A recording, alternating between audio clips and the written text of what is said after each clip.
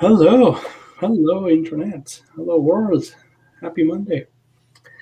All right, we're live. So, good morning. Is it morning anywhere? Maybe. Yeah, some parts in Asia Pacific must be morning. But let me set things up here so I can watch the stream. But yeah, good morning, good afternoon. It's not afternoon anywhere, I'm pretty sure. So, yeah, good evening and yeah, good evening for us. I have Andy here with me, whom I will introduce. We are both on East Coast time, so good evening. So this is the February meetup of our Columbus App Dev user group. We are definitely missing out hanging out in person, but what do we do? So we have pivoted, just like everything else. We are online. And folks who I see the chat room filling up. If you are welcome to Code It Live. If you are just joining us, this is not your normal coding stream like we do. This is a user group presentation, so it's a little more talking, and I'm going to be the one asking a lot of dumb questions. With me today, I have Andy Schwam. Andy, how are you, sir? Oh, excellent. Thanks for having me. It's great to be with you guys tonight. Absolutely. And so we take turns hosting this, but this is a user group we have in Columbus, Ohio, and we always met in person until 2020 hit. So we have like 2 or 3 people who host this, and we take turns, and we essentially bring on speakers, and we are talking through just the way we would, with the exception of pizza, which makes me sad. But what do you do? Right. All right. And Andy, where are you exactly? Well, I'm outside of Philadelphia in the suburbs here, Havertown, if anybody's ever been out this way, in my house, like all the time in my house. It's this is catching up on us. Like the last flight I took, and then I traveled quite a bit for work, was like 1st of March or 2nd of March last year. So it's getting to be a year. This is, yeah. Yeah, it's getting hard. It's getting hard. Just Sure. Being home. I see people on Twitter or on Facebook saying, "Oh, I can't. I wish I could go to on vacation." And I always say, "I just wish I could leave the house." Anyways, all right, folks. So we're going to begin with our normal spiel of the things we talk about, which most of you already know. But I will mention a few more things. If anybody is new, anybody is outside the user group or meetup or just joining us, so welcome on board. Hopefully you can see my screen. Yeah. So like I said, welcome. This is the Columbus App Dev user group. You can find us online. We have a website. We have a presence on Meetup. We have presence on Twitter at CMHAppDev, and we meet right here third Mondays, either online or we're actually hosted by a company called Improving Ohio in Easton and Columbus, but that's not happened in about a year now. So at least we get to hang out online. So these are some sponsors that help us out. I cannot give you swag that is like physical, but we have been doing license giveaways here and there. But these are the folks who give us pizza, give us the space to host, and all kinds of swag. So big thank you to all of them. We also partner with this organization called Visual Studio, and they not organization called Visual Studio. What am I saying? Well, it's a media company, and 1105 Media, and they put together Visual Studio Live, which is a chain of events that happens all across the United States. And they've been switching to virtual conference as well, and you get a big discount if you join us through Visual Studio Live and our partnership. Looking ahead at what's coming up for the rest of the month, this is actually a big one. I'm excited for this. This is .NET Conf from Microsoft. Again, most of our folks in the user group come from a .NET-ish background, so this should be interesting. They do like focus .NET Conf. The big one is in November.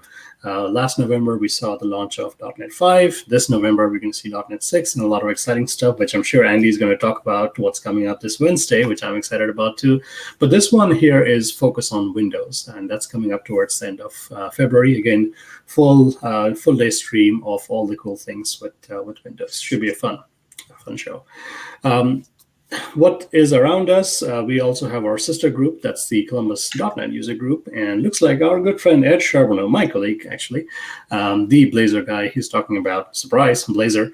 But he's bringing in some fun stuff with ML.NET and Cosmos DB. So that's going to be fun. That's coming up on the 4th Thursday of each month. So that's actually on February 25th as well. So you do the full day of .NET Conf, and then you join Comdig for a session. Next month, we actually have our good friend Chad Green from Louisville, Kentucky join us. And he sent me a bunch of different things that he could talk about. But this is something I'm actually kind of curious to know.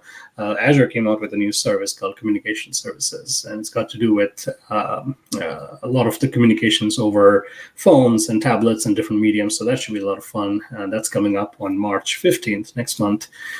So looking forward to that. And today, drum roll, we have Mr. Andy Schwam talking about solid principles.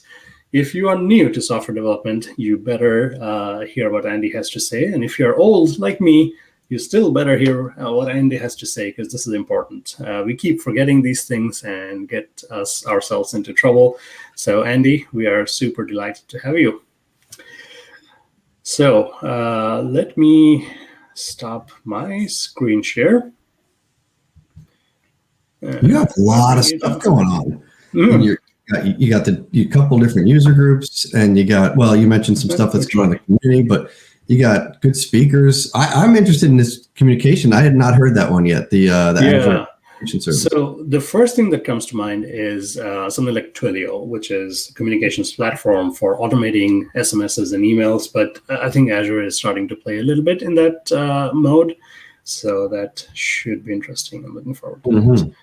So I've stopped sharing. Now it is all you. So Andy, take it away and let me know when you're ready to share your desktop.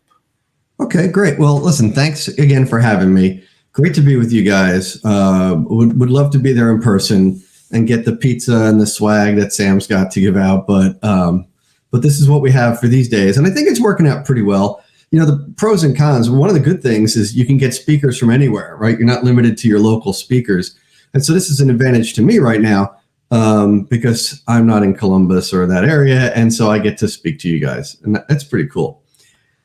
Yeah, if you want to put my screen up, I've got some slides, I've got some code, and I'll go through, both. You still getting my screen share, I think? Yep. Yeah, okay, cool. So here it is. My fancy slide deck, Solid Principles of Software Design. And let's see if my next button works here. Okay. So I'll tell you a little bit about me, just so you know where this is coming from. At work, my title is AVP of Application Development.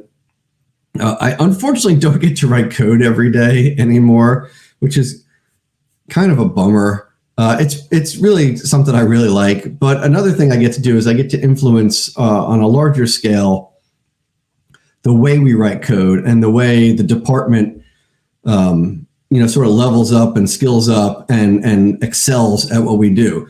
And so one of the big things I push a lot is standards and best practices and things like that. And of course, the solid principles are a big part of that. I'm a 10-time Microsoft MVP for developer technologies. I also organize a conference called Tech Bash, which Sam is familiar with. He's been out to Tech Bash, and it's a conference we do up in the Poconos in Pennsylvania, not too far from where some of you might be if you're watching it from Ohio. And it's great. It's like a 4-day conference. We have a really good time. It's at a water park at the Kalahari, and you can go to techbash.com and hear about that kind of stuff. I'll happily second that, Andy. Sorry to interrupt you, but I love Tech Bash. I love what you put on. You got a good set of folks, and you get great speakers. And I haven't done that in the last 1 or 2 times, but it's great to just kind of bring the family, bring the kids along. It's a water park.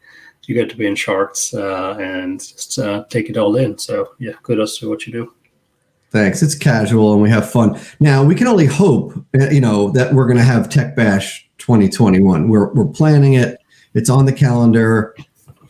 Everything these days is hit or miss. But we're hoping for it, and we'll see where we get to with all that kind of stuff. And I mean, as far as most of the code. signs like point towards, fingers crossed, like fall. We should be starting to see some Right, in-person right. stuff. We'll see. I'm personally myself a little like skittish on the whole thing. Like, even if we're there, do I want to? I'll be honest. Do I want to be at a water park with, a couple hundred developers? I don't know, but I will know before that comes. And we'll hope for the best. Anyway, also on this slide is some places where you can find me, right? Which if you want, you can follow me on Twitter, Schwami, GitHub. The code I do today, the code samples are on GitHub, and you can find them on my repos up there. I'm on LinkedIn, Andrew Schwam, and I have a blog, schwamisays.net, which doesn't get a whole lot of action these days. But these are some places where you can find me. I was live streaming myself as a personal live stream. I've actually took that off the slide because I'm not getting to it these days. But what I am doing is Wednesday nights at 8:30 p.m. Eastern time, I am one of the hosts of the Dev Talk Show with Chris Gomez and Rich Ross. And the Dev Talk Show is a live stream we're on Twitch, we're on YouTube, where we talk about anything that is relevant to software development or software developers. So we might be talking about, say, the solid principles. As a matter of fact, we did 4 hours on the solid principles. It should have been a 5-part show, but we combined 2 into 1. So if you think tonight's stuff is interesting, you can check out on our archive on youtube.com/the Dev Talk Show, and you can see the sort of long versions of what we're going to talk through here. With a little extra conversation. But on the Dev Talk Show, we talk about all kinds of stuff. We might talk about issues of being a developer, right? Issues of, what kind of libraries, libraries that you might use, techniques you might use, frameworks, life as a developer in general. Sometimes it's coding, sometimes it's live coding where we're hacking at it. Sometimes we have guests come in, and we've got some great guests on the show. This week, Wednesday night at 8:30, we have your very own Sam Basu is coming on the show to talk about .NET MAUI. And we're really excited about that, Sam. We're really looking forward to having you come on the show. Me too, looking forward. Yeah, and MAUI is something that I've seen a little bit about, and I'm really looking forward to learning some more about that. So, again, I'll keep that plug going. Twitch.tv or youtube.com/the Dev Talk Show. Wednesday nights at 8:30.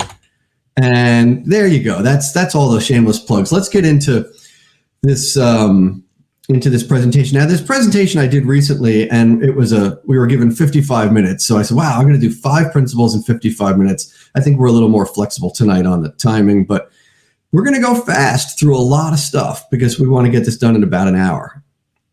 And so, what I think, if we're going to go quickly, is that there's a key takeaway here, and I put it on this slide here. I think it's really more important to understand the value of good design principles than it is to understand specific design principles, right? Once you buy into sort of the ecosystem, once you buy into the concept that there's design principles and those are going to help me, now you're going to be thinking about design principles when you're writing code. You're going to be thinking about it all the time. What could I do differently? How could I improve my craft, right? So embracing design principles is really important. Now, I happen to think the solid design principles are great. To me, this is like go-to stuff when you're building software. But we really want to focus on that key takeaway that is, really consider following design principles. So why would we want to consider design principles? Because,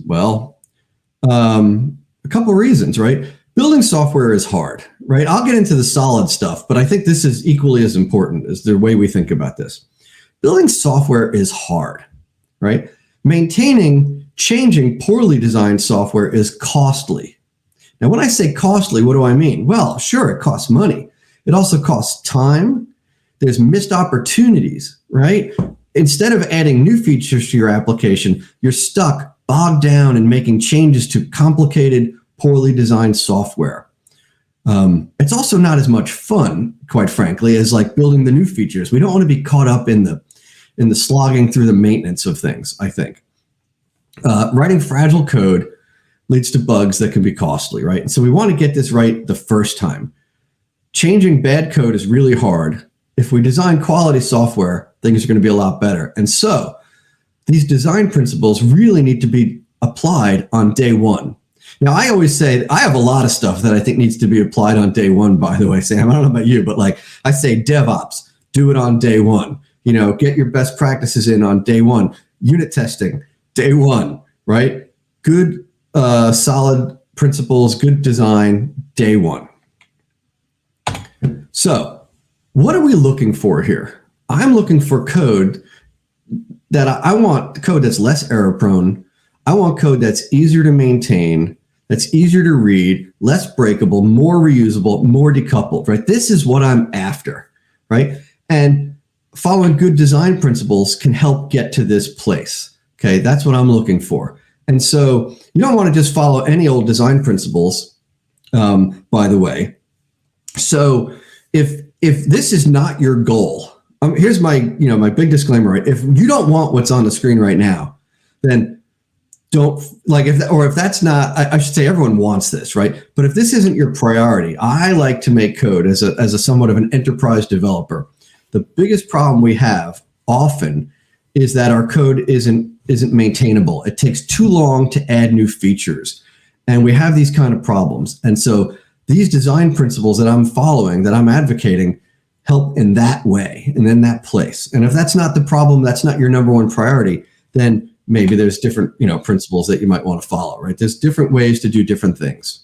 And I don't know if folks can tell, like me and Andy, we've been doing this for a while. We're getting a little old, so we have seen how expensive it is when you don't follow some of these basic guidelines. And again, design principles to me, like it gets a lot of love and it gets a fair share of hate at times, because you can easily overdo it, and not everything fits every type of software that you're making. But it is so important, like you said, to keep the values in mind. Like, why am I doing this? Why is it going to help? Yeah, and when you talk about the hate, and if you're on Twitter or whatever, you will hear some hate about solid principles and other design principles as well. It's really important to be pragmatic on these things and not be dogmatic on these things, because that's where people get the hate. In my examples that I'm going to show, I'll actually show you places where we could follow the solid principles better. And then there are going to be times where I might say, but I got to tell you, like, maybe I really wouldn't either, because we also have a job. Oh, let me close those, block these. Sorry, I think I'm not in, hang on one second. I am not in, I'm going to go out of presentation here and I'm going to turn on Focus Assist and block that alert from coming up. One of the things I hear a lot from developers is, this design principle, this kind of stuff is great, but I have to get things done, right? I got to get paid. So we got to be really careful about how far we go with these things and be realistic and understand that. And we'll talk about that along the way, because some people can hate on this stuff, right? So I want to remind you guys, design principles are not implementations, right? Design principles aren't patterns, right? The principles are not specific about how you achieve the goal, right? But the problem is, in order to demonstrate these principles, we tend to show ways to implement them. We tend to show patterns. But I want to be clear that you don't have to write the code the way I'm coding it today if you can find a different way to achieve the certain principle. And again, it makes a little more sense when we talk about the specifics. But the point is that the principles are not prescriptive. They don't tell you how to solve them, but we'll give you some ways that you can solve them. Okay, and I hope that makes sense.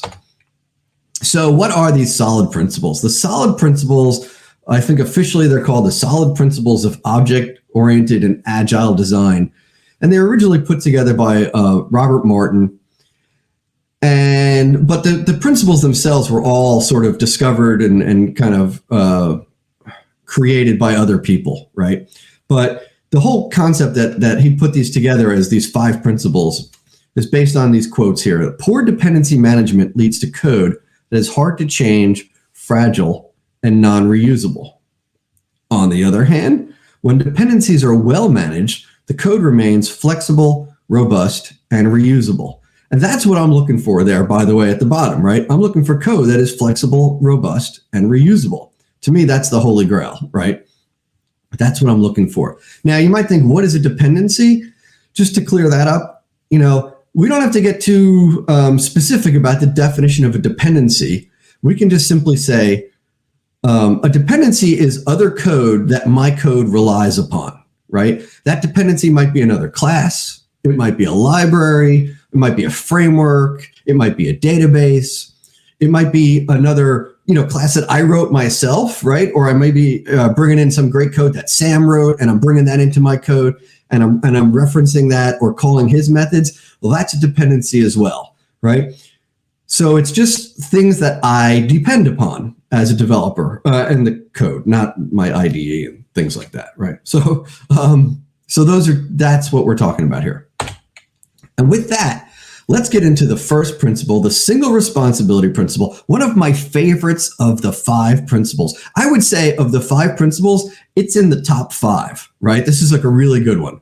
And the principle says, and you can insert laughter there, by the way, later in post-production, Sam, you could just like plug that in. Or I could even, I have laughter here. Wait, where's my laughter? I got applause. Can you hear that? You get that applause there? Okay. I got laughter in here somewhere. So the single responsibility principle says that a class should have one and only one reason to change. Okay, let that sink in for a second. A class should have one and only one reason to change. And that's not exactly what a lot of people think the single responsibility is. It's close to what you think it is. It's subtly different. Most people think that the single responsibility principle states that a method should do one thing, or that a class should do one thing. And in this case, we're using a class. Even if you're not writing C#, and my samples will be in C#, you can apply this to things that don't use classes, modules, whatever we're talking about here.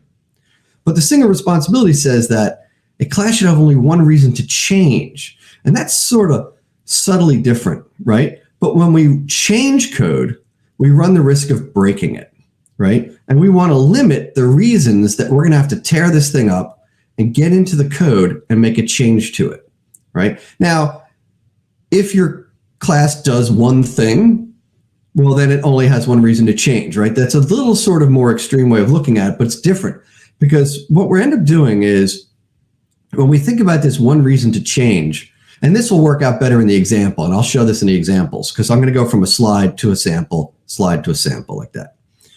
One reason to change becomes really interesting when we look at it that way. So remember that, we're going to come back to it. But with single responsibility, what do we get? We get code that is easier to test and read and maintain because it only does one thing or only has one reason to change. We introduce less side effects. We're automatically in that area of separation of concerns, right? Which is like the big draw when MVC framework first came out. You want to separate your business logic from your view, right? And et cetera. You take those things further down the line.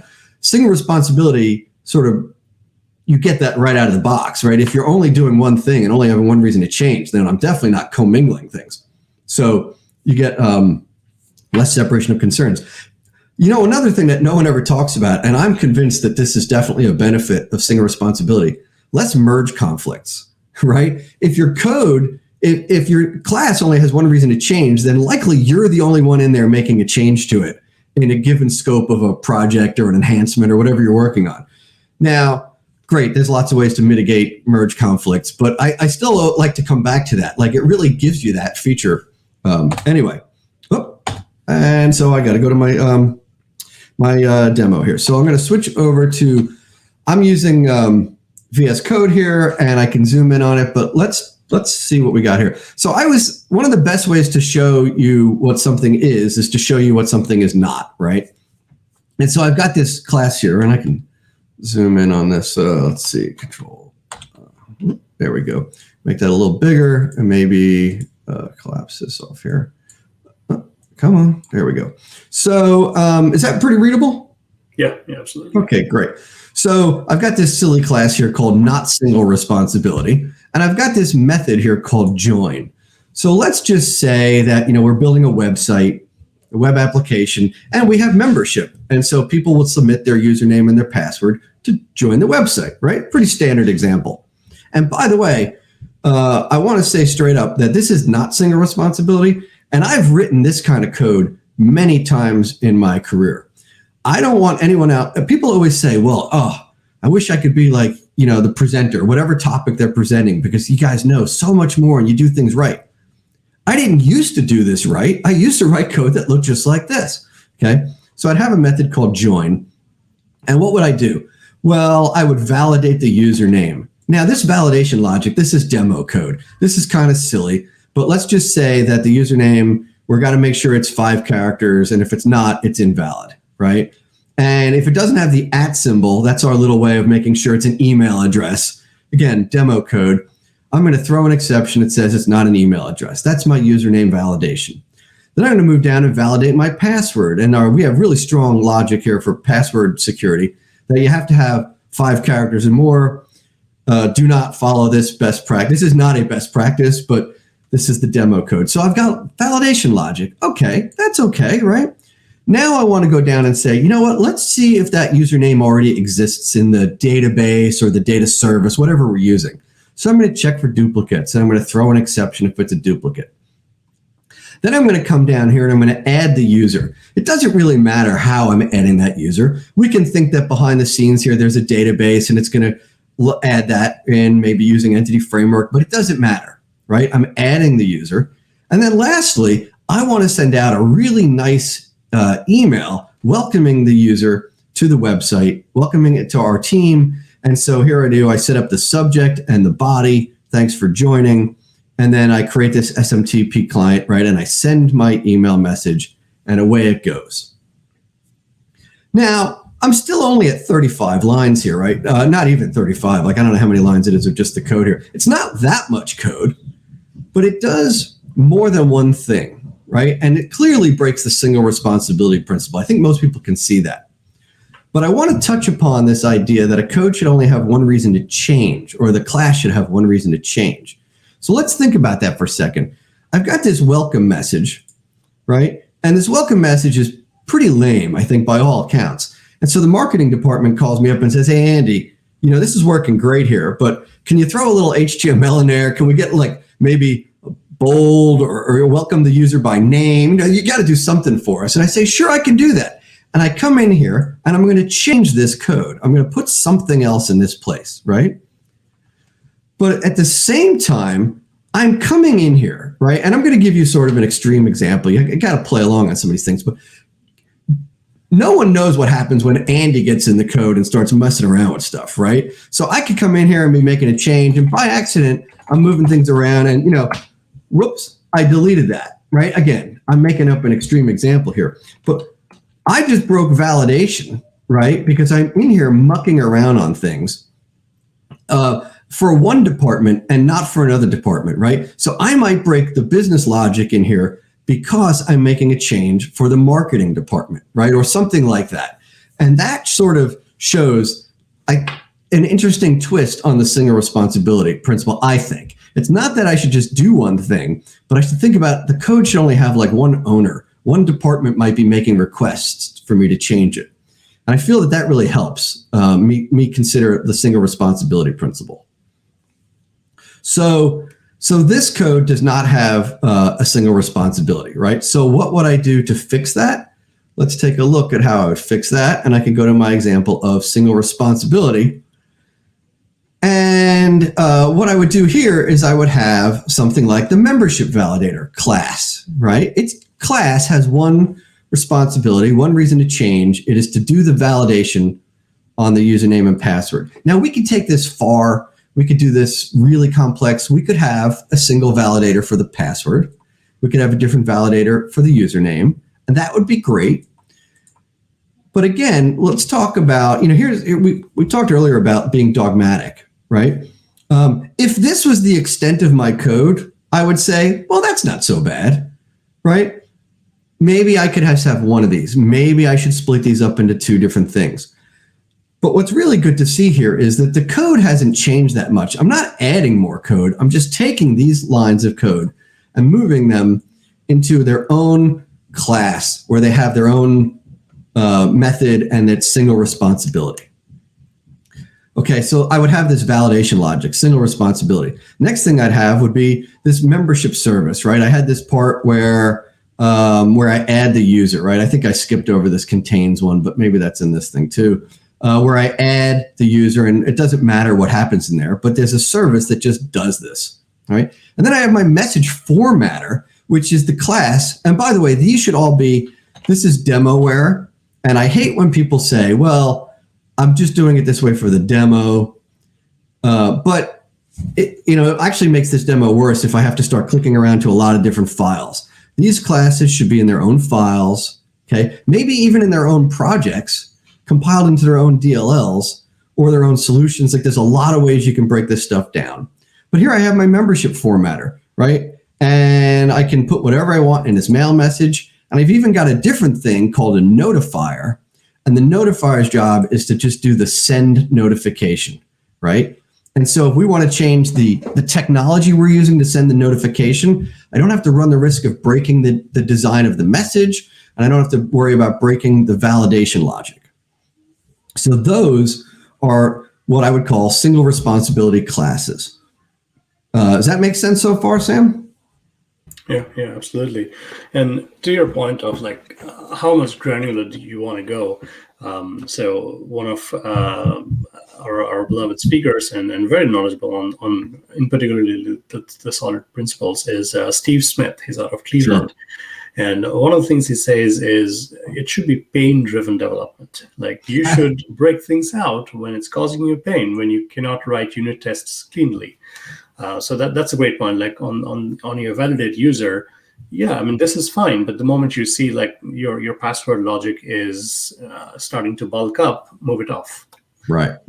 Yeah, when it starts getting longer and it starts getting like cyclical complexity, right? If I see a bunch of if then else's, and the code is starting to have branching in it, you know what I mean by branching in code, right? Then it's starting to say, hey, there's a better way to do this. There's a cleaner way to do this. So now, one of the things that tricks people up a little bit is they say, well, this makes sense. I get the membership validator and the message formatter. I get those things, but something has to call these things and put them all together, right? And that brings me up to this, well, this class isn't named really anything. It's just called single responsibility. But you got to have some sort of top level service. I like to use that word service a lot. That calls all these things, okay? And so I have that same join method that takes a username and password, but its job is to call all these different classes, right? It calls the membership validator and says, hey, membership validator, do your thing. Hey, membership service, add my user. Hey, formatter, do your thing, right? All those things. And people say, but that means it's doing 4 different things. And I say, no, it's only doing one thing. It's orchestrating. Its single responsibility is to control the flow of the application. Now, realistically, we might see some other stuff in here, like, some kind of if, I'll do pseudocode here, but, if there's a validation error, we might say something like after that, we might say something like, if validation fails, what do we want to do? We're going to throw an exception? Maybe, hopefully not. Am I going to return a failure message to the user? Sure. And that's all the job of this single class. Now, I like to call them in my patterns that we use and the sort of standard design we have at work. I call these classes orchestrators. I would probably call this thing the membership orchestrator because its job is to orchestrate and whatever. That's some subtle stuff. But so that's the single responsibility principle, sort of in its basics. Now, I could show some other examples. Because I think, again, the single responsibility principle, in some ways, it's one of the simplest things to understand. And in other ways, it's also one of the ones that has a lot of sort of cases where there are edge cases. How should I do this? How should I not? You talk about Steve Smith talking about like pain-driven development. And so I get that whole concept. So let's take a look. Imagine we have an example. We have a class called the customer service, right? The service's job is to do stuff with customers, I guess, right? So I have a method called get customer and add customer, remove customer, and update customer. And some people say, well, that's not single responsibility. That's doing 4 things. Well, I would argue, well, it's doing one thing. In other words, it's involved in, maybe you could call it CRUD operations or something like that. It's involved in the access to customer objects, right? Whether I'm getting them or adding them. Now, could I do a get customer service and an add customer service and really separate those out completely? Sure. That would be really following the single responsibility to a really good extent. But most people feel like that's overkill. It's just like, do I really need a different class for each one of them when they're very simple? So I've got get customer, add customer, remove customer, and update customer. I'm going to scroll down a little further and say, what is this? Add to shopping cart. Well, okay, it takes a customer ID and it takes a product. That's kind of customer related, although it really feels different than update customer. But I put it in there, and you might be feeling like that doesn't belong in there. And it probably doesn't, by the way. But now I go down, I go, calculate customer tax records. Rank customers by feedback. Now, these are all made up examples, right? Rank customer by product. Rank customers by region. Wow. Get customer feedback here. Get customer by location. Get customer by product group. These are all like maybe, I was really trying to stretch it and think of like methods you might have for a customer here. But now these don't really feel like they're tightly related to each other, right? So maybe, as an example, maybe I would go up here and grab this one, this rank customers. Right, let's get these 3. And maybe I would take those out of there and put it down in the customer ranking service. Okay, or in this case, it's called the ranking service. Could be called the customer ranking service. But that sounds like those kind of belong together, right? And then maybe I would do the same thing. I'm just going to undo that so my code doesn't get messed up. Maybe I would do the same thing by this get customers by. Maybe I would have like a customer search service where I can sort of search for customers with different criteria. And so some of this goes to pain point, right? To me, this class is way too big, and these things do not belong in here. But again, maybe some of them can be together. You have to sort of, here's an example. Here's a place where I would say it's really helpful for a team, when you're working as a team, to come to an agreement on this kind of stuff. You know what I mean, Sam? Like, you don't want to take it too far, and one of your coworkers doesn't maybe sort of agree on the same side. Maybe your coworkers all say, no, I want to get customer service. I want to add customer service and remove customer. Sam, you may be like, okay, I'll go along with that. Like, that's okay. Maybe a little further than I would go, but agree upon these things as a team and sort of figure out what your tolerance is for pain, right? Your pain tolerance. Anyway. That's very well said. Like, do what makes sense for your scale and your code base. Yeah, exactly. And ranking customers sounds so evil, but like, hey, everyone does. Well, I don't know. I was really just trying to come up with, I'm sure companies rank their customers. So, whatever it was. Everyone does. So, and here's another simple example where you might have something called the converter, right? And its job is to take a customer and turn it into a customer DTO, some object that we might be passing around. I tend to use that DTO acronym a lot, right? So I'm going to take a customer, turn it into a customer DTO. Obviously there's going to be some logic in here. And then I want to take a customer DTO and turn it into a customer. And those two things really go together pretty well. And then I'm going to take string A, B, and C and turn it into an employee. And, what's that old song? One of these things is not like the other, right? It doesn't fit in here. It doesn't belong. So one way to get things right, and I find when I do workshops with people and they start writing code, they do stuff like this. They'll call something the converter. And I'd say, now, if we started this by naming it right, because naming's the hard part. But if I call this the customer converter, from the beginning, I would have had a better idea of what belongs in here, right? Because clearly this employee thing doesn't belong in here. But anyway, everyone's going to take their own sort of shot at their single responsibility and how they think that should go. But that's my spiel on single responsibility principle, right? Yeah, good stuff. And before we move on, Andy, I'll just make one pitch here. I know chat room, you're all here. A lot of folks probably we know from the user group. So this is not just Andy and me coding. Ask questions. Ask away anything that you want, and Andy will have answers for you. He knows everything. Yeah. That's good stuff. I didn't know this was a comedy show, but okay, I'll play along with that. I'd love to have comments from everybody. I do want to keep this moving. I think I'm going a little slow, so I want to keep this moving here. The next principle is the O, stands for the open-closed principle, right? SOLID, if I didn't say it first, is an acronym of acronyms. And this is the OCP, the open-closed principle. And the open-closed principle states that software entities, what's an entity? I don't know, class, a module, a function, whatever you want it to be. A software entity should be open for extension, but closed for modification. Okay, software entities should be open for extension, but closed for modification. So what does that mean? We have to translate these things a little bit into sort of normal speak. Well, what that's saying is, if I have an entity, let's say a class or a method, I need to be able to enhance it, right? I need to be able to sort of add features to it, right? And I'll show an example here where something I might want to enhance.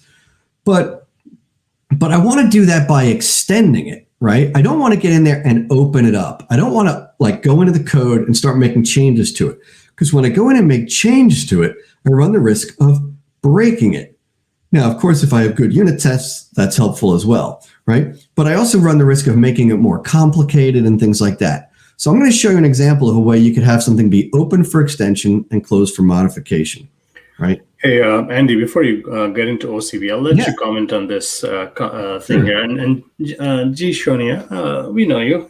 He's one of our user group members, and very knowledgeable. But he's saying, I have to split with Uncle Bob. I'm skeptical about the S. It only kicks a can down the road. Yeah. So your thoughts, Andy? Well, I mean, I could be interpreting the question wrong, right? I don't know that it kicks the can down the road. I think it's pretty specific, actually. And the kicking the can down the road is probably on the developer, in this case, myself, saying I'm going to allow something to be less single responsibility than more single responsibility. In the purest sense, I think having a single class that does one thing, like in my old example, maybe I would have a class that only has this toDTO method, right? That would be purely single responsibility. And I don't think that would kick the can down the road. Now, combining things could be kicking the can down the road because you say, well, eventually it's just going to get bigger. If that's what you mean, like we're kicking the can down the road, meaning we're going to deal with it later. You know, there's some other design principles that I think we need to take into account. Things like the Yagni principle, right? Which is like, you ain't going to need it. Or the, there's other principles sort of like that, which is to say, I don't know what I'm going to need next week. So I'm going to make the best decision I can today. Now, I will say with very good certainty that I will hate myself for every decision I make today. Like a month from now, 6 months from now, I regret every decision I make when it comes to software. If I split it up, 6 months from now, I say to myself, gosh, Andy, why was I being so strict on that? I made it into so many classes. If I could put them into one, 6 months from now, I go, Andy, what were you thinking about? Why didn't you make them into more, right? We tend to regret these decisions. We have to give ourselves a little bit of forgiveness on those things and try to look back and say, I did my best to make the right decision. I always say developers, what I don't like in developers is developers that don't make what I say thoughtful decisions. If I say, why'd you split that up? And they go, I don't know. Well, that's not a thoughtful decision. But if you say, why'd you split up? It's, well, I really felt like in the future, this was going to get bigger and blah, blah, blah. And as soon as they say, well, I really thought, I go, okay, good enough. It doesn't even matter what the reason is. You put some thought into it, right? Now, it's possible, okay, so that's not what I meant. And so I had a feeling that might not be what you meant. And so, Sam, I don't know if you're getting the question a little clearer. I'd love to make sure we get the answer. Shonia, feel free to kind of explain. But I mean, I do tend to agree with you. Like, and with design principles, like it's okay to disagree. Like you said, like agree on what you want as a team, and you're putting in some thoughtfulness. That's all that counts. Right. So we can come back to that question later if you want. It's fine with me. We were talking about the open-closed principle. And again, I have an example of the not open-closed sample. And so let's go back to this validate user method I have, right? And in this case, instead of passing in a username and password, I'm just passing an account in, but it's the same thing, right? So I've got this logic, and it's safe to say that someone is going to come up and say, Andy, this password validation does not meet our standards. We have to change that. Just being 5 characters is not good enough validation. I would like uppercase and lowercase. I would like a number. Maybe I want a character. I don't know. Okay. So I have to come in and change this, right? So what would be a way that I can make this open for extension, but closed for modification? I don't want to have to come in here and change it. So I'm going to scroll down to my open membership validator, and let's take a look at this. I have the same method called validate user, and it takes an account, right? And it's going to loop through a list of rules, and it's going to call the validate method on each of the rules, okay? And again, this is a simple example, but I'm going to loop through the list of rules and validate them. So what's a rule? Well, I might have this abstract base class called rule with a method called validate. In this case, it doesn't even, well, it throws exceptions. I mean, there's a lot of better ways you could do this, right? But we're keeping it brief for here. And so I have a username length rule, and I have a password length rule, and I can have as many rules as I want, right? And if I put those into my membership validator, and maybe I put them in here in the constructor, I can accept this list of rules. I can add any rule I want, and I'm not going to go in here and break this, okay? Now, you might say, Andy, what's to break in this? Because this is pretty simple, right? Well, imagine that there's, some more logic here, right? And there's some, I don't know what's going on here, but there's some more logic here, right? And so I run the risk of breaking it, and I really want it to be open for extension and things like that. Now, let's go back to what we were talking about earlier. Being dogmatic versus being pragmatic. I would not write this membership validator like this, okay? I would probably write it like this with better validation, okay? Because to me, it's acceptable. Now, listen, I work in an insurance company, okay? We validate policies, okay? If I was validating an insurance policy that has hundreds of fields, I wouldn't want to do stuff like this. I would want to do something like this, okay? So think about your problem domain, right? And think about your specifics. But the whole point here is that I can change a rule. I can add rules without breaking the other rules or without breaking the sort of the engine that executes the rules, right? If I come in and change the password length rule, I have no chance. Like, how about up here? Someone says, hey, Andy, can you change the password length has to be 10? And I come in and I go, sure, I got it. Got to be 10. Okay. Now, I just changed the wrong rule. Now, okay, let's say I have unit tests, right? It's not that bad. But I broke the wrong rule, or maybe I wasn't even thinking about it. I came up here. I'm like, oh yeah, let's change them all, right? Well, I again, silly example here, but I'm changing code. I'm like in code that I don't want to be in, right? I really want to just be down here in my single. And then again, what do we got here? Single responsibility, by the way. Single responsibility on my rules, that each one of them is single responsibility. This thing is single responsibility because it's just a little engine, right? And I've got open close principle. So hopefully that makes sense on open close principle as an example. It does. And why don't we, Andy, maybe come back to the S, because I think it, like you said, it is key to segregation of concerns and how you do that.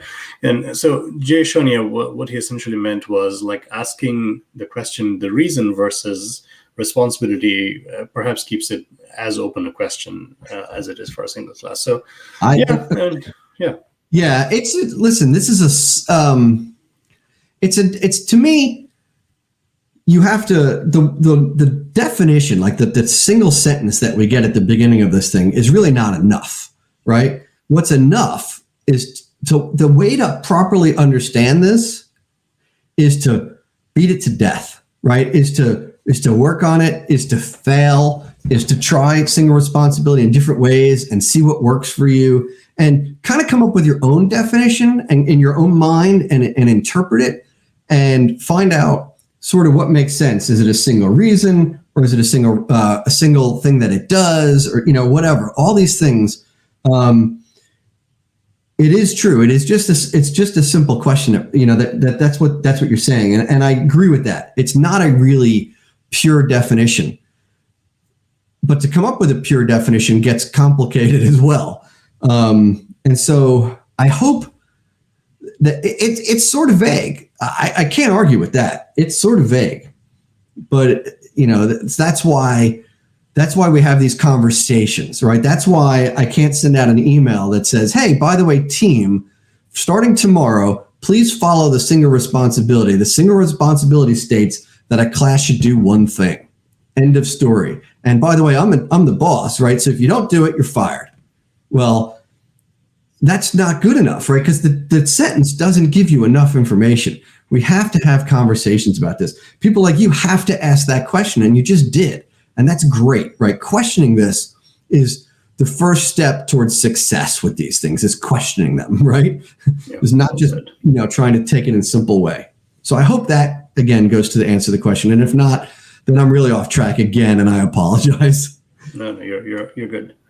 So let's go and take a look at the next principle, where the L is the Liskov substitution principle. And in case you're wondering what that name means, it comes from Barbara Liskov, who's the one who identified the principle. So this one has the name in it. And this one is just a great one. When you read this, it's also like, what? What does this mean? Functions that use pointers or references to base classes must be able to use objects of derived classes without knowing it. Good, got it. Okay, thanks. So again, functions that use pointers or references to base classes must be able to use objects of derived classes without knowing it. Okay, so let's say, well, what do we got here? We have a function that uses a pointer or a reference to a base class. Okay, so I've got a function, and I'm calling, let's just say I'm calling a base class. I'm calling some other class from my code. And if I'm calling the base class, then what happens if someone derives from that base class? I have to be able to use that object instead, right? In other words, it shouldn't be my problem. I'm the one writing the code that's calling these objects, and you're the one who wrote the derived class. Well, it shouldn't be my problem. Your derived class needs to act like its base, right? It needs to be substitutable for it, right? To me, this one is interesting because it goes back to the very first days of my object-oriented programming career. In a classroom, it was Java at the time for me. And I remember learning about inheritance. And what they told us, I remember, it's so funny because I ended up teaching this class a year or two later for them, for the company I worked. But it was like intro to inheritance or something like that. And we always used the bank account was the example. And we would say, well, we have a bank account.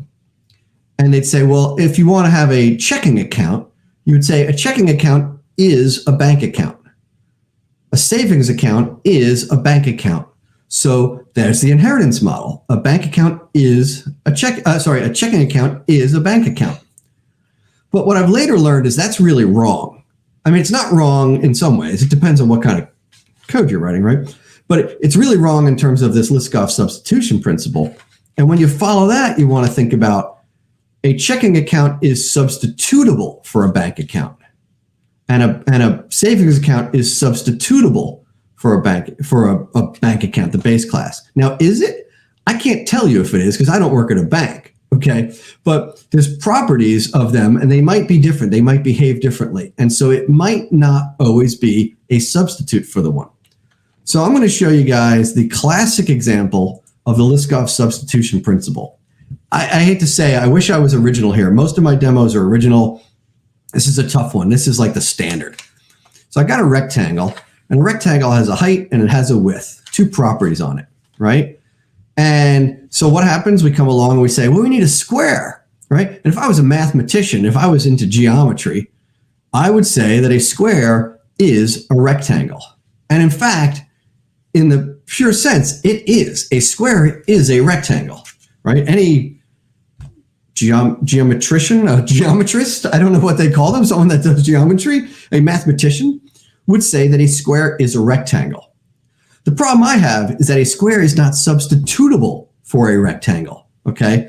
And so if we had some class, like a tester, and well, maybe I pass the square into this thing or whatever it is, first thing I do is I come in and I set the height equals 100 and the width equals 200. right off the bat, we can see that, well, the rectangle had those two properties. And so I inherited it from it because the square is a rectangle, but it's not. The square does not behave the same way as a rectangle. It has different features about it, right? Or different rules or whatever. And so I can't just pass a square in anytime I have a rectangle, right? Now, people say, well, there's ways to get around that. Sure, there's ways to get around that, right? I could come in here and square, and I can say if I set the height, set the width, and if I set the width, automatically set the height. But it's still, that sort of starts to act kind of weird, because what does this mean? Now, I think I set the height to 100, and I set the width to 200, but then it really flipped the height behind the scenes. Those are just crutches. Those are just workarounds for something that was designed wrong in the first place. And so what is the best way to implement the Liskov substitution principle? My example, I don't even have an example. My example is don't do this, okay? Follow the is method. Now, you might have another base class called shape, and then we could say a rectangle is a shape and a square is a shape. And a shape might have like an area, thing like that on it, right? So there's a lot of ways you could look at this. But you just want to really think differently about your inheritance models, right? Remember, is a versus is substitutable for. That's the way I look at it. And then, don't set wrong expectations is what I'll say. Yeah. Make it easy for people too, right? So the next one, this is also a make it easy for people one, I think, is the interface segregation principle. And that states that clients should not be forced to depend upon interfaces that they don't use. Clients should not be forced to depend upon interfaces that they don't use, okay? So what we really want to do here is we want to make many interfaces instead of a single large interface. And I'll show you this with examples. This one I think is a good one to see from examples like some of the others are. And so let's take a look at interface segregation. Yeah, and so let's take a look at this iRepository interface, okay? And we'll think about, this is almost a standard definition for like some kind of repository, right? It's got a find method and a get method, add, update, and delete. Don't worry about the generics and the details of what this thing does. Just think about the names of these methods, really, if you don't follow the other stuff. So, okay, I got these 5 methods, and I've got a repository. And I build all my repositories based on this iRepository thing, and I could pass them in all over the place. And life is good. Everything works great. Until one of the developers comes along and says, hey, we're working with this other database, and we don't have write permission on this database. We just want to store data. Not store data. We just want to read data. We only want to do the find and the get, right? Oh, I didn't know that. Now we're kind of stuck because we're dependent upon this iRepository all over the place, right? Now, the better design would have been to create a repository called an iRead-only repository, right? That has the find and the get method, right? I'm not forcing people to implement things that they don't need or maybe even can't have. And by the way, not implemented exception is not a great way to solve that problem, right? You don't want to just throw the not implemented exception. I probably have that in my code here somewhere for demo purposes, but that's not the solution, right? So I have an iRead-only repository, and then I might have an iWritable repository, right? That has the add, update, and delete. Hey, maybe it implements iRead-only, because maybe, we're always going to do, if we're writing, we probably can always read. Maybe not. Maybe I take this off there, right? And maybe I have a class that implements both repositories. It doesn't matter. That's what's great about both interfaces. What's great about interfaces, in C# is we have that multiple inheritance or implementation on interfaces. So we can split these up as many as we want, right? I've done it at one point where I would have delete be like a separate item altogether, because sometimes we say, well, we can add an update, but we can't delete, right?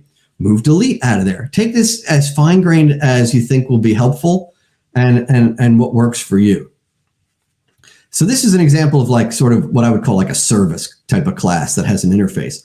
But you can also use it on like your POCOs as well, or whatever you want to call them. Your .NET objects, your C# classes. Like let's say we have this thing called an entity, right? An entity in our case where I work, we call things that we store entities a lot. We just use that term for it.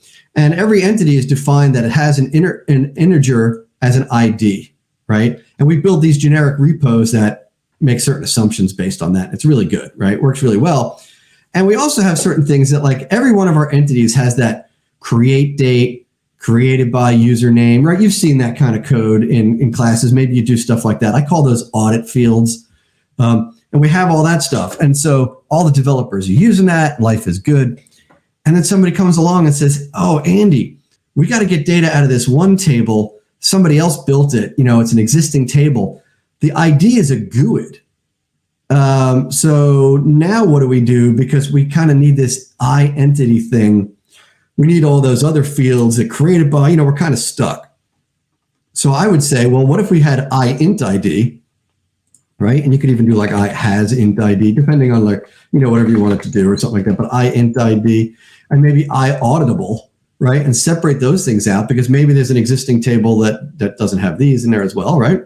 I could have some object that implements int ID and auditable, right? And something else just implements auditable. This is one of those make things easier on the developers that come after you situation, right? Or maybe make these things easier on the future you who's going to be coming up to this code in 6 months and going, oh, why did I do that, right? So the latter is more of the case. Is it? That you write 6 months earlier. We all think we're so smart. We all think we're smarter than the one that came before us, right? I've learned the hard way. I don't badmouth the developers that wrote the code before me because I know that that's me 6 months from now or 6 years from, whatever that is. And always try to go, think about the circumstances they were in. And they probably were making the right decision or what they thought was the right decision. But who knows, right?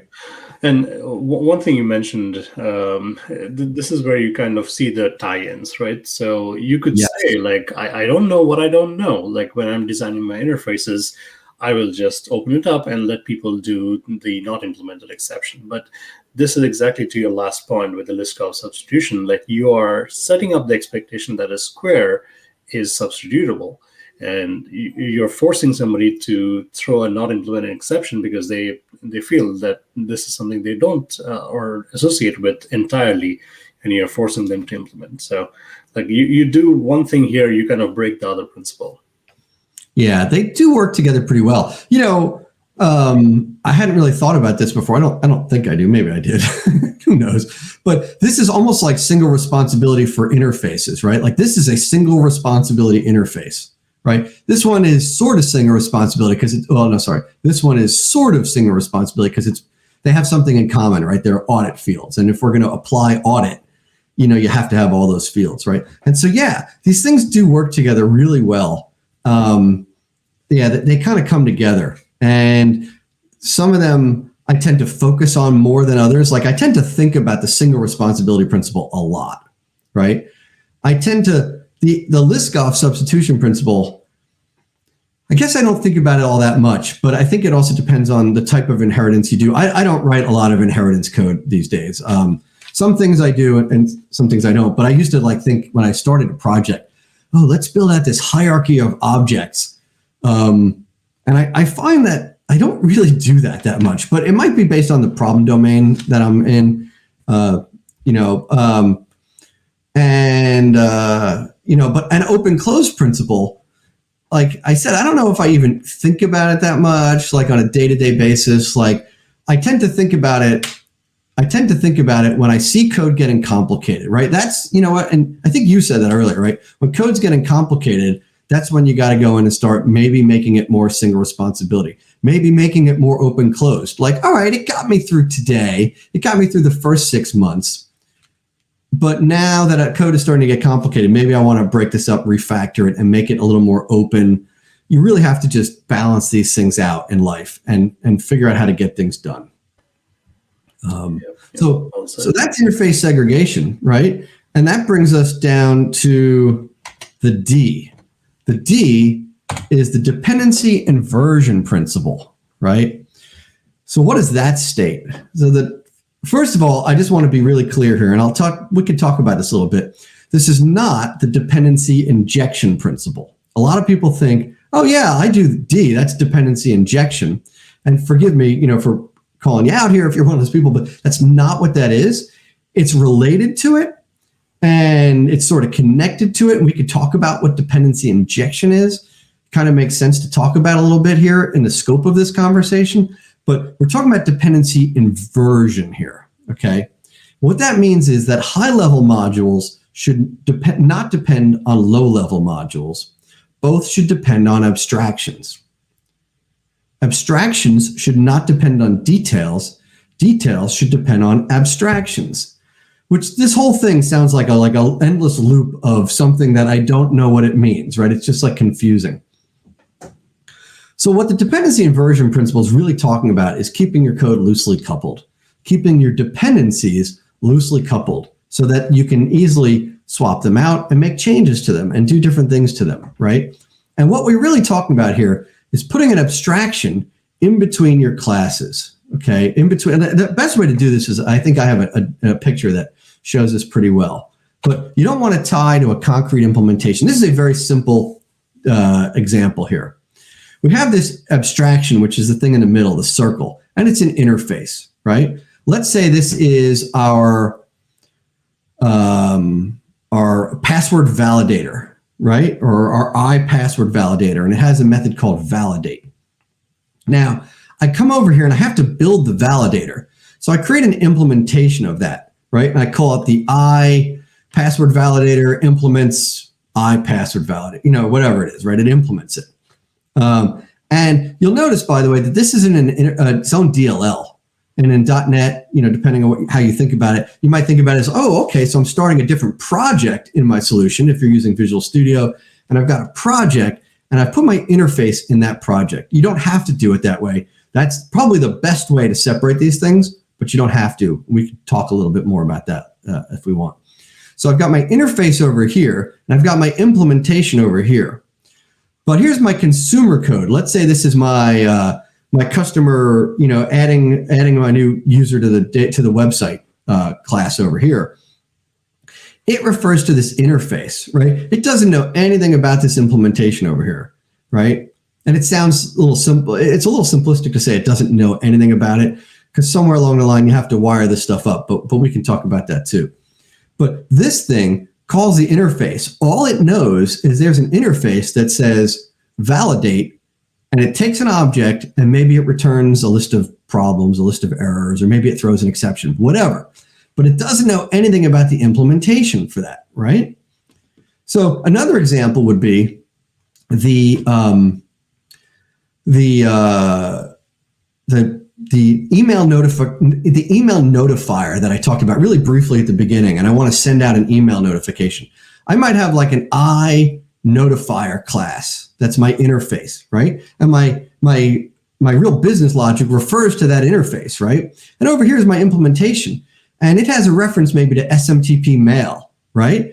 But this stuff doesn't need to know anything about SMTP mail because this thing has the reference to it. And what if I take that out? Watch this, Sam. Okay, here's timeliness. I swap that out for the Azure Communication Service, okay, which I don't know anything about, but you mentioned it earlier, right? But this thing doesn't care. The consumer doesn't need to change, all right? And it's really important. So what do I have for a sample here? I've got the dependency inversion principle. So let's take a look at an example here where I have this was the first sample I showed when I went from single responsibility, not single responsibility, into single responsibility. And I've got this join, and it calls these classes, and it validates the user, and then it calls this class, and it adds the user, et cetera, et cetera. It does all those things. So here, what I'm doing is I'm depending on a concrete example. I'm dependent upon this actual membership validator and everything that it does, right? What I want to do is split those things out like I showed before, right? I might have those different interfaces, right? And let's say these are in their own DLL, right? And then I might have my class again. And the class looks a little different now. The class has a validator and a membership class, and it has the formatter and it has the notifier. But it's using interfaces, okay? This thing has no reference to membership validator. It has a reference to membership validator, right? It doesn't know about this notifier or the SMTP notifier or something like that, that very specific version. It knows about the notifier. So that is dependency inversion. I don't have to worry about recompiling this code. Now, again, the recompiling comes in a little bit when you get really serious with this. When you really start working on different projects and different DLLs, and I say, I'm going to put my interfaces in a whole different project, right? Then I don't have to recompile this. If I'm kind of cheating a little bit, which I often do, and I have this all in one big project or one big solution, I'm going to be recompiling anyway. But it's still nice to have this because I can swap this notifier out so easily and put something else in its place, right? A different implementation. Now, I don't want to complicate things and confuse everyone, but this is dependency inversion, right? And you might say, well, where do these things come from, right? This sounds great, Andy, but I don't have a membership validator. It has to come from somewhere. And that takes us into dependency injection. And it's sort of worth touching upon that a little bit. This is that same class, right? The same join method, but all I'm doing is adding a constructor here. And I'm saying, hey, constructor, take these interfaces, right? And stick them into these variables, right? And now I can use them. And so what I've done is I've taken my dependencies and I've injected them in through the constructor. And I remember thinking, and if you're new to this, the first time I saw dependency injection, well, I remember seeing the term dependency injection and thinking, wow, all these guys that I read their blogs, they're using dependency injection. And I'm like, I'm not up to that yet. Like, that sounds complicated. And then I saw it and I went, that's dependency injection? Like, it sounds way harder than it is. Now, there's a little bit more to it. You need to configure these things. And, if we wanted to, we could talk about that. That's really outside of the scope of this project. But you have to sort of configure something that does the injection for you. And there's different ways to do dependency injection. There's a couple of different methods, but this is constructor injection. But that's dependency injection. This is the part of this is dependency inversion. So in other words, this uses dependency inversion, right? But it also extra complicates it by showing the dependency injection part of it. And I kind of wanted to separate those two out to show you guys the difference there. And I hope it makes sense showing it that way. So it does. And I have a follow-up question, Andy, but let's try to answer something maybe in the chat room. And maybe I'm not entirely following, but the question is, if you're just going to have one implementation, why carve off the interface into a separate, and then there was a follow-up thing, like into a separate file. So I think this is getting to your thing of like putting interfaces into separate files and projects into like a DLL. Yeah. So that's a really that's a great valid question. If I'm only going to have one implementation, why carve them off into a separate interface? And I have an answer for you there, Green Jenny. I have an answer for you. I don't know if it's a great answer, but let me share you my thinking on this. So first of all, when we start getting into code like this, we start getting into combining like lots of patterns and lots of things that tend to work together really well, right? One of them is unit testing. And by using an interface here instead of a concrete implementation, it will make it much easier for me to unit test it. Now, there are unit test frameworks that can work around that limitation, but a lot of them don't in the .NET world, in the C# space. A lot of them don't. Some of them do. So using an interface, that's sort of like another reason that if you're going to do this, use the interface. The other reason is, so I want to balance things out here. Earlier I mentioned the Yagni principle, right? And the Yagni principle says you ain't going to need it, so don't build it today. So Green Jenny, I might say, well, you might need another implementation of that validator. And you'd say, yeah, but Andy, I might not. And I'd be like, oh yeah, you're right. You might not. I shouldn't build something today that I'm not going to need. And my answer to that is, if I go back to one of these, this is pretty easy code to write. Okay. This is pretty easy code to write. And sometimes I tell developers the pain, versus gain value, right? I just made that up. I've never said that before. The pain versus gain value. I mean, obviously, you just like dropping knowledge. Yeah, that just came up with that one. The pain, but this is too easy not to do, right? This saves me so much. Okay. I didn't go out and build a whole system based on something I might not need. I changed notifier and I gave it an iNotifier, right? It's like one line of code, 3 if we're getting serious here, and one more, but I know that some people don't buy into that, and that's okay. If that's not a good answer for Green Jenny, and I don't mean that sarcastically at all, then don't do it. And that's okay with me. Find what works for you. But to me, it's that simple case of, wow, the upside of this is really strong, right? The upside of this is really strong, and I can do that. And it gets me easier to write unit tests. And there's one more thing. Let's say, I have 3 different membership validators, and we really need that one, right? And we only have one notifier, and we don't really need that. Well, some people would say this is wrong, but I'm a big fan of consistency. I find that when code is inconsistent, it's really hard for people to jump in and out and jump to teams and help out. I really strive for consistent code. And there's another part of me that's like an answer that I would give, is that it's consistent. We're following this pattern, and that's the way we're doing it. And I really mean this sincerely, Green Jenny, to say, you might not want to do that.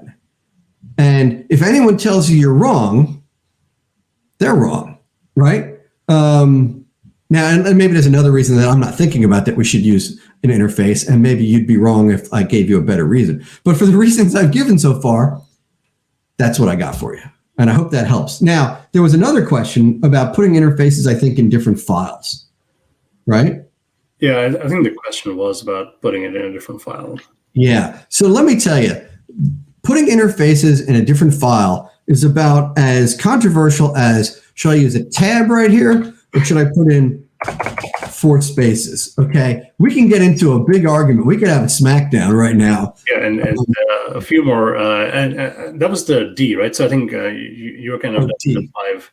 Yeah, so like the next couple of things that chatroom has pointed out, they're all controversial. And then this is good. Like this is exactly what Andy was referring to. Talk about these. Oh, yeah. So we did finish the principles, by the way, right? We could talk about them. But I want to stick on that first one, the separate file one.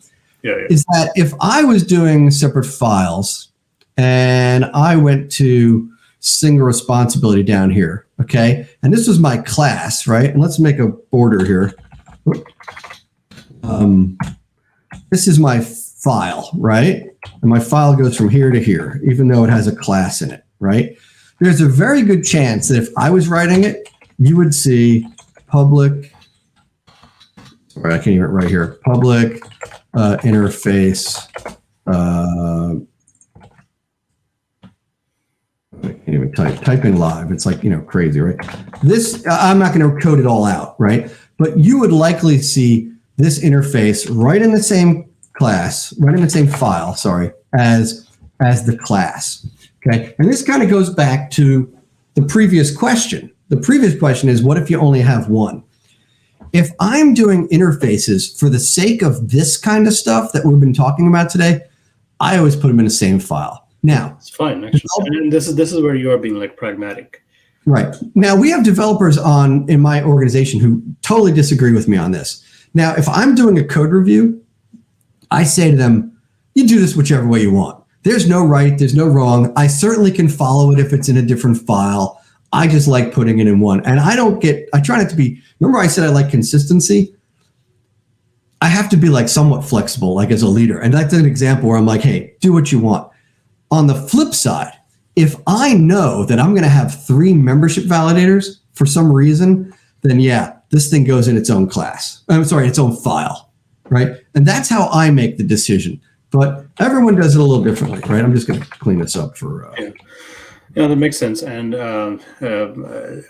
Tandis Naruto has asked a classic question, which we'll get to. But G. Shonia, we're kind of getting into these things like from a system design perspective, and I think what he's saying makes sense because, I mean, you think about like a full scale enterprise architecture with different layers, and you think about like microservices.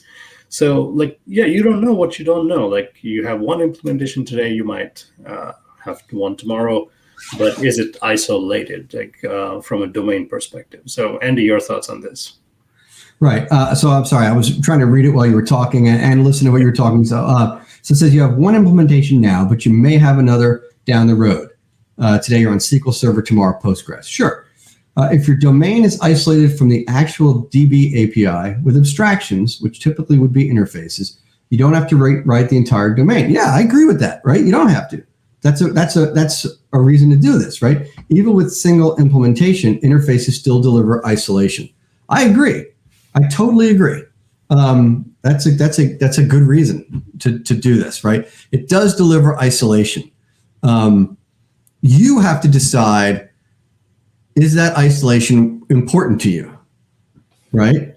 You have to make that decision if it's important to you. A lot of times it is. Sometimes it's not, Yeah. All right. It takes, years of going through these examples and debating these things over. Would using extension method be considered an approach that won't validate the open-close principle? That's a good question. I've actually heard that question before. It is, but I want to caution against it in some ways. So an extension method, in my feeling, is that an extension method was created with a certain purpose in mind. I love extension methods. Extension methods are great. This isn't me bashing extension methods, but they were built for a purpose. And the purpose is that I'm working on a class that I can't change because I don't own that class. It's sealed or whatever the case is. I can't do that, right? So often on like a string, I can't change the implementation of string. That's part of the .NET framework or, whatever. So I can extend it, right? And I can use an extension method to add behavior to it. Now, does it break the open close? Absolutely not. It doesn't break that principle, right? I'm extending it without altering it, and so it does do that. So my caution against that is I'm not a big fan of people using extension methods in their own code. Meaning, if I wrote the validator, I shouldn't be extending it with an extension method. Now, there is exceptions to that rule, by the way. Sometimes you want to extend it in a certain project. There's plenty of reasons why you might do that, right? But as my go-to, and I hope that makes sense, as my go-to rule, if I own the class, this membership validator is right here in my thing, and I want to extend it, I should probably be building it to be extensible from the ground up. Having said that, again, extension methods can be a good workaround. So let's talk about legacy code. How about that? How about you're in brownfield development, right? You've got some code that it wasn't written to be extensible. It's a mess or something like that. Well, hey, I can write maybe a nice clean extension method. So you can use it that way, but I would avoid using it as a crutch. That's my. Well said. Yeah. And while we're talking, Angela checked. Hi. And hello, and I see that you rated. So thank you very much, and welcome, raters. We are wrapping up a discussion here on. It's always when they rate. Yeah, on solid principles. And I did want to ask you a couple of follow-up questions here, but. Here, J-Ray5, you're a chemistry student at a university. What would you recommend to start getting into coding as a hobby, which is fantastic? Well, welcome on board. I mean, one of the coolest things I think in our industry, Andy, is people coming in, as long as your head is screwed on straight, as long as you can learn and think rationally, you're good to go. You can teach yourself a lot of these things. So yeah, J-Ray5, I don't have one thing I could point to. I would say, and I think, Andy, you would agree as well, all of these things that you're talking about, these are in C#, but the languages don't matter. as long as you get the fundamentals, like you can switch up languages. You can do this in JavaScript or C# or anything else. So pick something that appeals to you and start learning, start doing, and the more you do, the better you get. As simple as that. So I didn't go to school for computer programming, right? I changed careers when I was 30. I can totally relate to that. The only thing I would add to that, I think an easy place to get started, C#. So Kubes Voxel says C# is a great start. I love C#. Yeah. This is my go-to language. I like Visual Studio. I like VS Code. I like all these tools. However, the past life Andy would hate myself for saying this, but JavaScript is a good place to start because it's so easy. You can just kind of run it in your browser. You don't need to compile it. And you can learn the basic constructs of programming, things like, if then, and iterating over items and, assigning variables, like those really simple constructs of programming. You can sort of play around with it pretty easily. And then you can move on to a language like C#, which is a compiled language, which, things get complicated. But what that person's doing best is that person was in this room. That person is listening to developers talking about programming. Mm-hmm. It's like drinking from the fire hose. Put all that stuff in the back, leave it in there, hang on to that, and try to remember that, 6 months from now when you're doing something like, that's what those people were talking about. I kind of remember that, hang on to it. Yeah, and this right here, what you're showing, like VS Code, like I remember the times when they first launched it, and this is such a great leveler because you can be doing Perl, you can be doing JavaScript, any language under the sun, pretty much. You can be right here. It's as simple of an editor as it gets, and it's awesome. Yeah, it was a game changer. Talk about a game changer, right? Yes. So, Andy, I don't know. Do you eat dinner before you do a talk? I never eat a whole lot, so I don't want to keep you for too long. Well, I ate, but it's up to you. I have young kids; they eat early, so I ate. There we go. So when you look at Solid, and the reason I'm asking this is, Solid is very, very popular. You do a search on the internet, you'll see how many people talk about Solid. What is your, and of course, you folks have how many hours now on Solid Design Principles? On your dev show, you said 4+ hours. Right? We have 4+ hours, and it comes up in so many of the other talks. Somehow it finds its way into other talks. Yeah. But what is your trusted source if you have to go read up on kind of the fundamentals of a principle? That is a great question, and I don't have a really good answer to it. I will say what's interesting. You mentioned Steve Smith before. Steve's got some good content on Solid. He does. He's got some good stuff. There's a lot of places where you can find it. Off the top of my head, he comes to mind on a lot of these kind of design principle things. Matter of fact, his team was the ones that created the calendar that had all those anti-patterns and stuff like that. I'm going to post his Twitter handle. That is the person we're talking about, Ardalis, and him and his whole team. They're really passionate about doing design right. And when you get into design, you see a lot of patterns, you see a lot of anti-patterns, and again, all of this comes down to, does it make sense for what you're doing? And what is making your life easier? As simple as that. Right. Yeah, and another thing to add to that a little bit, I really agree with what you're saying, but in the cases where people say, wow, I'm at a crossroads, does it make, should I take this extra step? Should I be a little more following the principle or not?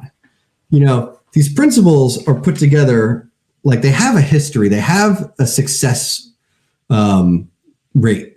I've found that I'm more successful with these patterns, right? And so sometimes when you're a little bit on the fence with, how far should I take these things? That's where I would say lean into it a little bit. People are doing this for a reason. Smarter people than me came up with these ideas, right? People like Sam, you probably came up with some of these ideas on your own, You should see my code, but anyways. All right, so Andy, I want to thank you a lot, and this is so classic of a benefit of being in a developer community. Like these are such basic principles, and you bring us right back to where we all started, like thinking about code, thinking about how you are doing things. So I want to appreciate you for the hour and a half that you took here out of your busy life to come and talk about this. So thank you.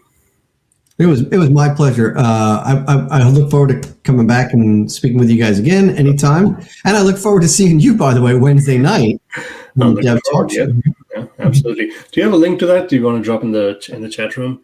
Yeah, I can put it in the main comments or the private. No, just go ahead in the main comments. I wasn't sure if I can post a public comment. Where's the? Or unless you are watching. I'm not. Yeah. And he may have bailed or hit the wrong button. It happens a lot. So yeah, 10 days ago, and there's Andy coming back. There he is. You hit the wrong button. Yeah, I can put it in the private chat because I'm not logged in, but it's twitch.tv/the Dev Talk Show. I have to talk and type at the same time. It's just the only way I can do it.